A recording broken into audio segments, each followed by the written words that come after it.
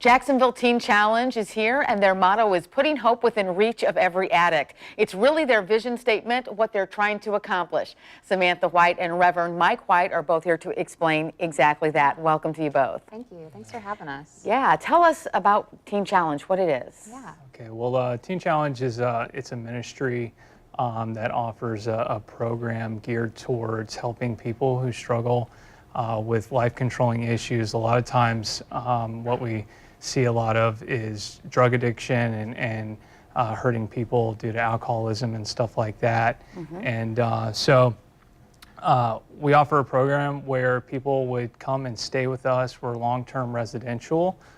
So it's not like just a 30-day quick turnaround kind of program, but they'll spend up to a course of a year with us.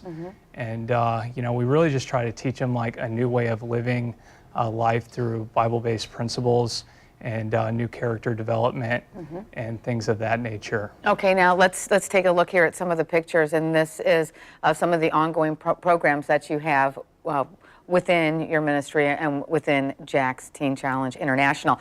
And I'm seeing a lot of people that are not exactly teens in those pictures. So I don't want the name to be deceiving to people because I think it may have started out as teens, and they certainly do accept teens, right? But it's there's not a specific age. It can go up into their 50s. How does that work? Yeah, so Teen Challenge actually started helping teenagers back in the day, but then they realized that there were more people that needed the help of Teen Challenge, not just teenagers.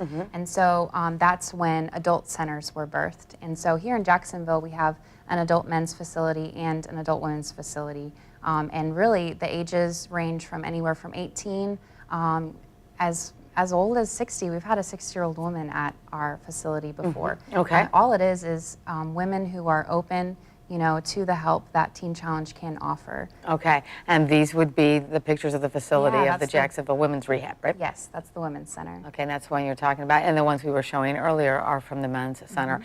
And it's important for folks at home, if you're, as you're watching, we're putting both websites and both sets of telephone numbers up for viewers that may want to have some additional questions. They can always call and ask you. What would you say is the main difference between Jacksonville Teen Challenge, whether it be the women's or the men's units, versus traditional rehab? I think it really comes down to like our approach.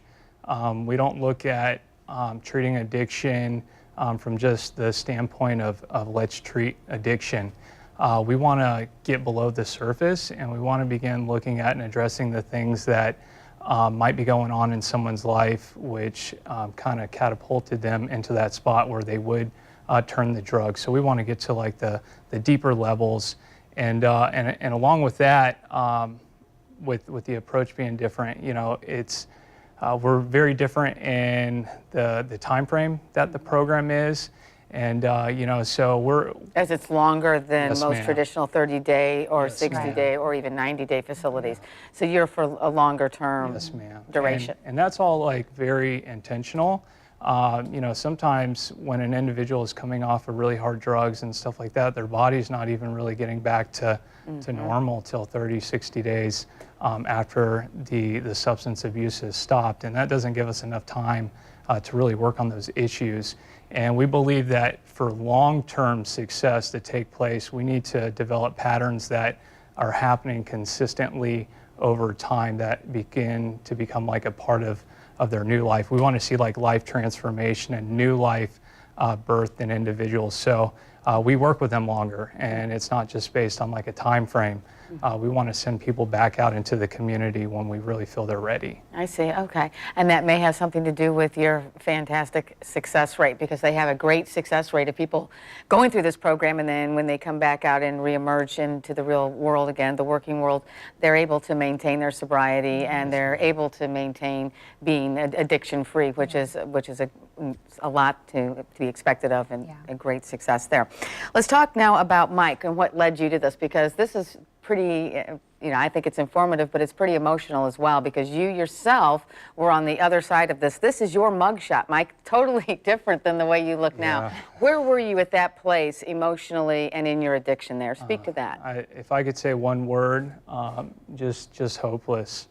You know, I myself, I come out of a background of drug addiction and alcohol abuse and stuff like that. And a lot of that is really that was my solution to other problems I had with insecurity and trying to find acceptance and stuff like that. The addiction just became a surface problem. So that was your coping mechanism. Yeah, that's how I dealt with those situations. And but you never really get any lasting resolve. It's just a revolving door. And I just got to this place where I was just broken and hopeless, and I didn't really see much reason to continue on with life. And that's really what brought me kind of to the doors of Teen Challenge. And there's a place I was able to go where people received me in, and they showed me love, and I was able to learn how to live like a better life, in Christ and things like that. Okay.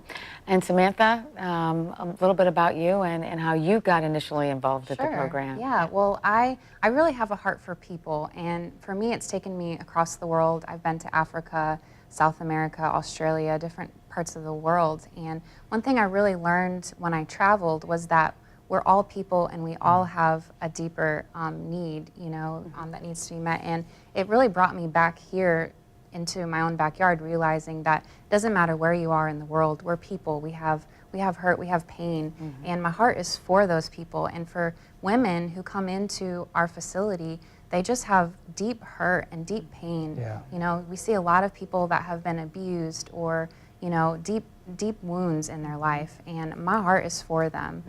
That's where my heart really is. And so just being able to minister to those ladies and really see joy and freedom come into their life as a result of what we do at Teen Challenge, it's so rewarding. Great. All right, and you guys want to talk about a fundraiser that's coming up. It's an annual banquet and we want to put the information up because if anybody is hearing about this and they want to go and get more information about how it may help them or someone that's near and dear to them, tell us about the banquet coming up.